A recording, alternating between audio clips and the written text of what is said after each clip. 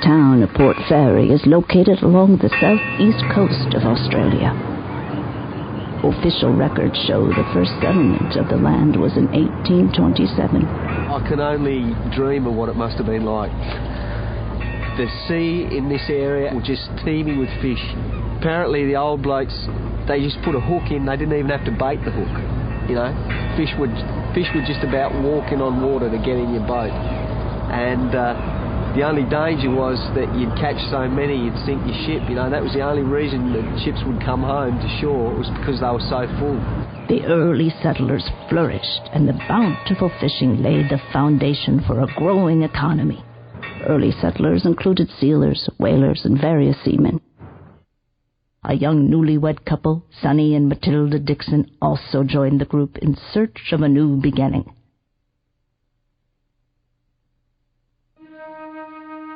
Matilda Dixon was born Matilda Schultz on December 24, 1803, the youngest of 7 children. Her father left the family 1 week after Matilda was born, forcing her mother and older siblings to try and scrape by, doing any menial jobs available. Matilda's life changed the day she met the strapping young sailor named Sonny Dixon. On leave from a month at sea, Sonny spent his time at the bakery where Matilda worked. It was love at first sight for both of them. Unfortunately, like any fishing village, there was bound to be accidents. One of the most tragic took place on January 13, 1836, when the whaling vessel Guiding Light got caught in a horrible storm and was lost at sea. Records indicate that 15 of the townsmen were killed that day. Matilda Dixon's husband, Sonny, was one of those men. The balance of an established fishing industry and the growth of a prosperous mainland helped the town thrive. But something was obviously missing for Matilda Dixon. Her life was her husband, and he was gone. The growth around her seemed to leave Matilda confused. Matilda Dixon loved to bake. Once Sonny passed on, she began baking for the local children. Matilda used to bake a special cake for children who lost their teeth, just something to mark the occasion. The children loved it and would wait in anticipation. Although many of the parents thought the practice a little strange, they knew that Matilda was a good person and it made the children happy. The original townspeople understood the history and were very supportive of her. The newer people to the town had their suspicions. That black cloud that seemed to follow Matilda through her life was still there, and they sensed it, I think.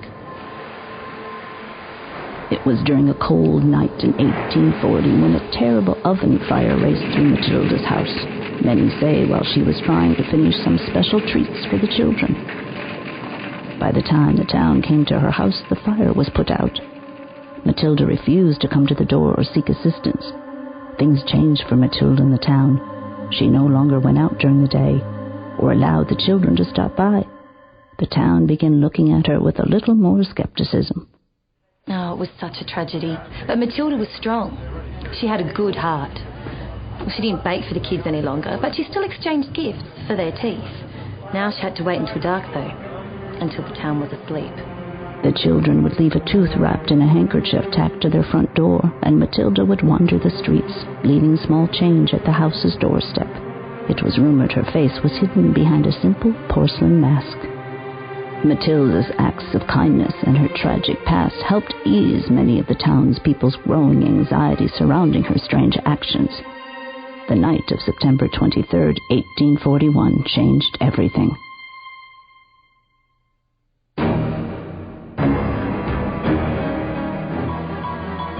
It was late one afternoon when 2 young children told their parents they were paying the Tooth Fairy a visit and they'd be right back. Hours passed and still the children were gone. Their parents' concern quickly turned to anger as they began blaming the crazy old woman for the children's disappearance. Oh, yeah, it was a crazy night. You know, they're dividing up into groups. People are going off in all directions. Only problem was half of them had been in the pub all afternoon. You know what blokes are like when they sit around and drink? They get 10 foot tall and bulletproof. One group, led by a bloke called Colin O'Donnell, grabbed torches, rope, whatever they could find. Next thing, they're banging on Matilda's door. Well, Matilda heard them coming. She locked the door, she hid behind a table. She was screaming for them to leave her alone. Finally, the men broke down the door and pulled her out of her own house. As they dragged her out, this huge jar of baby teeth spilled across the floor. The mob dragged her to a huge tree. She was sobbing, holding her face in her hands. Two of the men threw a noose around a tree limb. The others were trying to pry Matilda's hands away from her face so they could put the noose around her neck. She put up a fierce struggle, screaming at the men not to peek. Finally, they pulled her hands away. Her porcelain mask fell to the ground as they tightened the noose and quickly raised her up. After a few minutes, Matilda Dixon was dead. The men took a deep breath, bringing finality to their act of justice.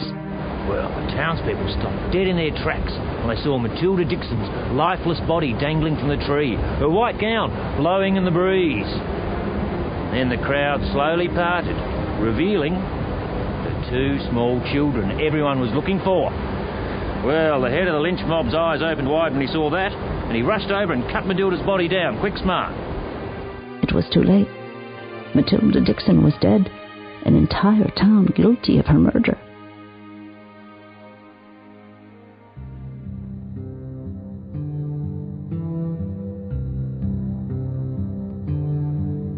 Matilda Dixon's death was reported as accidental asphyxiation by the local authorities, and her body quietly buried in an unmarked plot in the town's cemetery. Her murder became the town's dirty secret.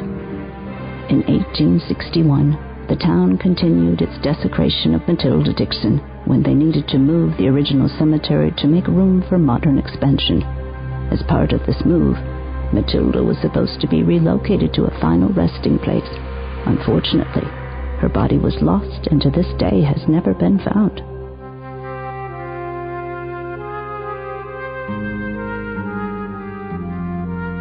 The next 60 years were filled with prosperity and happiness for the town of Port Fairy. Business boomed, the community grew, and the fishing industry made a major comeback. The tragedies that surrounded Matilda Dixon and the town she called home were a distant memory. Unfortunately, the calm could not last forever. In 1951, the plaque that was dedicated to Matilda's memory was stolen and the area vandalized. Soon after, a group of teens began disappearing. All were rumored to be involved in the desecration of Matilda's memorial. We used to hear the stories about the crazy Port Fairy kids, the ones who'd disappeared. Funny thing was, we always thought, no, they'd just gone on a surfing holiday or just shot through because they didn't want to live in Port Fairy with all its crazy stories. But it's funny, now I've lived here a while, you start to wonder if there might be something in it. The town feared a serial killer was in their midst. Even talk of the curse of the Tooth Fairy began to surface. Local law enforcement did a thorough investigation and filed most of the cases as runaways. The kids probably ran away to Melbourne and never bothered coming back. No. The Tooth Fairy got it. In 1953, a new plaque was erected in Matilda's honor. There have not been any incidents attributed to the curse of the Tooth Fairy ever since. Matilda went through so much.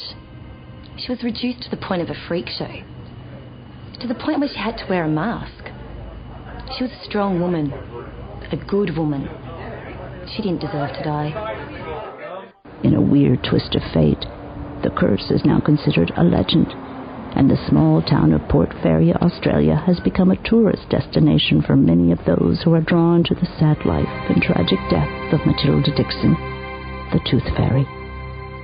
Waltzing Matilda, waltzing Matilda, you'll come a-waltzing Matilda with me. And he sang as he watched and waited till his belly boiled.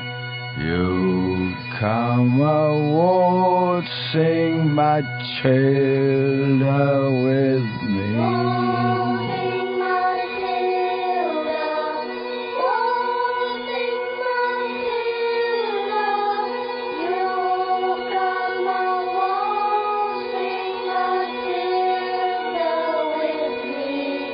And he sang as he watched and waited till his billy boiled. You come a-waltzing, Matilda,